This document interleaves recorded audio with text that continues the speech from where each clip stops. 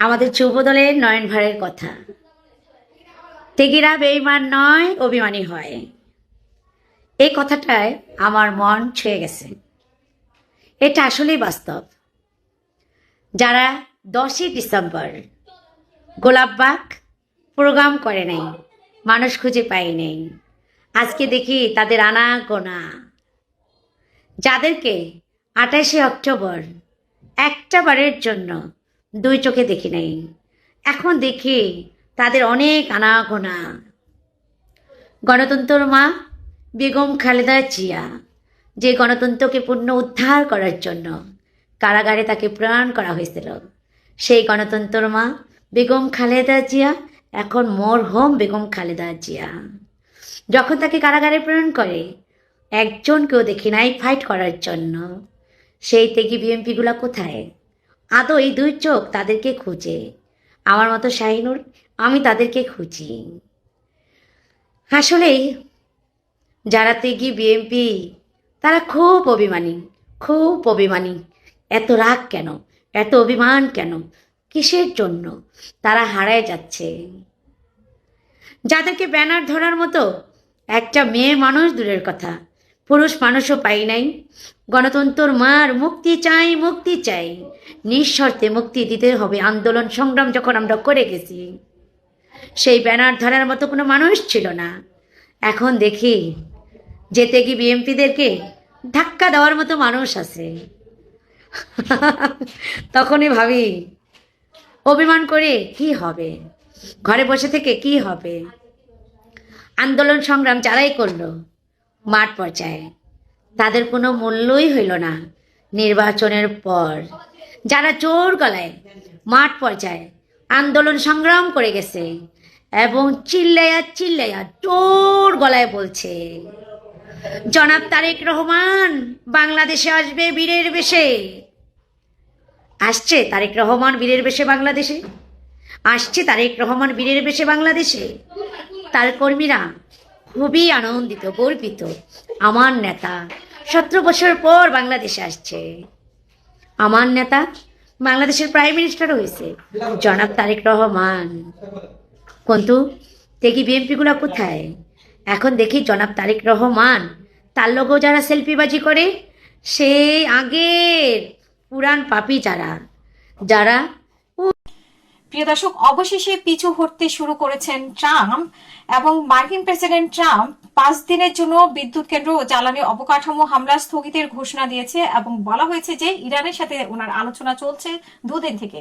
যদিও বলা হচ্ছে যে আফগানিস্তানের রাজধানী কাবুলে অবস্থিত ইরানের দূতাবাসের ট্রাম্পের ঘোষণার প্রতিক্রিয়ায় বলছে যে ইরানের কঠোর সতর্কবার্তার কারণে ট্রাম্প এই ধরনের আক্রমণ থেকে বিরত থেকেছে।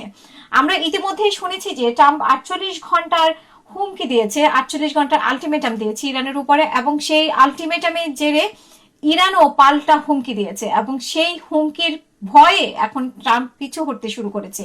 এটাই হচ্ছে আসল নিউজ। কিন্তু ট্রাম্প বলছে যে ইরানের সাথে কথা বলা শুরু হয়েছে এবং সেটার অগ্রগতি হিসেবে সে 5 দিন স্থগিত রেখেছে। আসলে আলটিমেটলি আমরা দেখতে পাচ্ছি যে ট্রাম্প পিছু হটতে শুরু করেছে। এখানে আরেকটি নিউজে বলা হয়েছে যে ট্রাম্পের সঙ্গে কোনো যোগাযোগ হয়নি, তিনি পিছু হটছেন। মানে ইরানের সাথে, ইরানের সংবাদ মাধ্যম বলা হচ্ছে যে আসলে ট্রাম্পের সাথে কোনো যোগাযোগ হয়নি ইরানের, কিন্তু ট্রাম্প নিজের সোশ্যাল মিডিয়ায় তিনি বলেছেন যে ইরানের সাথে ওনার গত 2 দিন থেকে যোগাযোগ হচ্ছে এবং তারা আলাপ আলোচনার মধ্যে আছে, এই জন্য 5 দিন স্থগিত রাখা হয়েছে। কিন্তু আসলে গণমাধ্যমে বলা হচ্ছে যে কোনো ধরনের মধ্যস্থতা হয়নি, এমনকি ইরানের সাথে যোগাযোগ হয়নি। ইরানের নাম প্রকাশ করা অনিচ্ছুক একটি সূত্রের বরাত দিয়ে সংবাদ মাধ্যমে দাবি করা হচ্ছে যে ইরান তাদের পক্ষ থেকে বিদ্যুৎ কেন্দ্রের পাল্টা হামলার হুঁশিয়ারি দেওয়ার পর ট্রাম্প পিছু হটেছেন। প্রতিবেদনে আরো বলা হয় যে ট্রাম্প ইরানের সঙ্গে আলোচনা চলছে বলে দাবি করলেও সূত্রটি এই ধরনের কোনো যোগাযোগের কথা অস্বীকার করেছে। আল জাজিরার এই দাবির সত্যতা স্বাধীনভাবে যাচাই করতে পারেনি, তবে তাৎক্ষণিকভাবে মার্কিন কর্মকর্তাদের পক্ষ থেকেও তাৎক্ষণিক কোনো মন্তব্য পাওয়া যায়নি। যদিও ট্রাম্প দাবি করছে যে ইরানের সাথে যোগাযোগ হচ্ছে, কিন্তু ইরানের থেকে ঘনিষ্ঠ মানে ইরানের সূত্র থেকে জানা গেছে যে আসলে ইরানের সাথে এই ধরনের কোনো কথা হয়নি এবং সেই প্রতিক্রিয়ায় যুক্তরাষ্ট্রের পক্ষ থেকেও কোনোভাবে প্রতিক্রিয়া পাওয়া যায়নি। ইতিমধ্যে আমরা দেখেছি যে ট্রাম্প 5 দিনের জন্য ইরানের বিদ্যুৎ কেন্দ্র ও জ্বালানি অবকাঠামোতে সব ধরনের সামরিক হামলা স্থগিতের ঘোষণা দিয়েছে ডোনাল্ড ট্রাম্প। নিজের মালিকানাধীন সামাজিক যোগাযোগ মাধ্যম ট্রুথ সোশ্যালে তিনি এই ঘোষণা দেন। ইরানের এসব অবকাঠামোর হামলা চালানোয় নিজের আলটিমেটাম শেষ হওয়ার মাত্র কয়েক ঘন্টা আগেই এই ঘোষণা দিলেন ট্রাম্প। বড় অক্ষরে ট্রাম্প পোস্ট করেন যে, আমি অত্যন্ত আনন্দের সঙ্গে জানাচ্ছি যে গত দুদিনে যুক্তরাষ্ট্র ও ইরানের মধ্যে আলোচনা হয়েছে। এর থেকে মধ্যপ্রাচ্যের আমাদের শত্রুতাপূর্ণ কর্মকাণ্ড সম্পূর্ণ ও চূড়ান্ত সমাধানের বিষয়ে অত্যন্ত ইতিবাচক ও ফলপ্রসূ আলোচনা হয়েছে এবং এই কারণেই তিনি আগামী 5 দিন এই হামলা থেকে স্থগিত রেখেছেন। আসলে এটা যুক্তরাষ্ট্র থেকে দাবি করা হচ্ছে, কিন্তু ইরান থেকে বলা হচ্ছে যে এই ধরনের কোনো যোগাযোগ হয়নি। কিন্তু ইরান থেকে যেটা বলা হচ্ছে বা আফগানিস্তানের সংবাদ মাধ্যম থেকে যেটা বলা হচ্ছে যে ট্রাম্প নিজে থেকে পিছু হটতে শুরু করেছে, যেহেতু ইরান বেশ সতর্কতা জারি করেছে যে ইরানও সবকিছু ধ্বংস করে দেবে, মধ্যপ্রাচ্য মার্কিন ঘাঁটিগুলো অন্ধকারে ছেড়ে দিবে এবং ইরানে ভয়ঙ্কর আরো বার্তা দিয়েছে যে তাদের কাছে যে আধুনিক এবং চমকপ্রদ যে মিসাইল আছে বা অস্ত্র আছে সেগুলো তারা বের করা শুরু করবে এবং সেগুলো দিয়ে আক্রমণ করা শুরু করবে, যার ভয়ে আসলে ট্রাম্প পিছু হাঁটা শুরু করেছে। কিন্তু এখন বলছে যে ইরানের সাথে সমঝোতা হয়েছে। আসলে ইরানের সাথে কোনো সমঝোতা হয়নি, কিন্তু 5 দিন সে বন্ধ করে রাখছে এবং এর মাধ্যমে হয়তো বা আমরা পজিটিভ একটা রেজাল্ট পেতে পারি বলে আমাদের ধারণা। আমি তাদের কারো ফুপু, আমি তাদের কারো খালা, আমি কারো বই, আবার কারো মেয়ে। সুতরাং আপনাদের যেমন আমার উপর দাবি আছে, আমারও কিন্তু আপনাদের উপরে দাবিটা অনেক বেশি। আমি আপনাদের জন্য শুরুতে একটা সুখবর দিয়ে শুরু করি।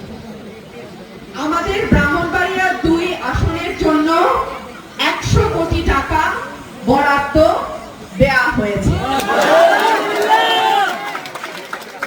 এবং সেই রাস্তা 1 নম্বর অগ্রাধিকারে আমি দিয়েছি ইসলামপুর থেকে সাজদাপুরের।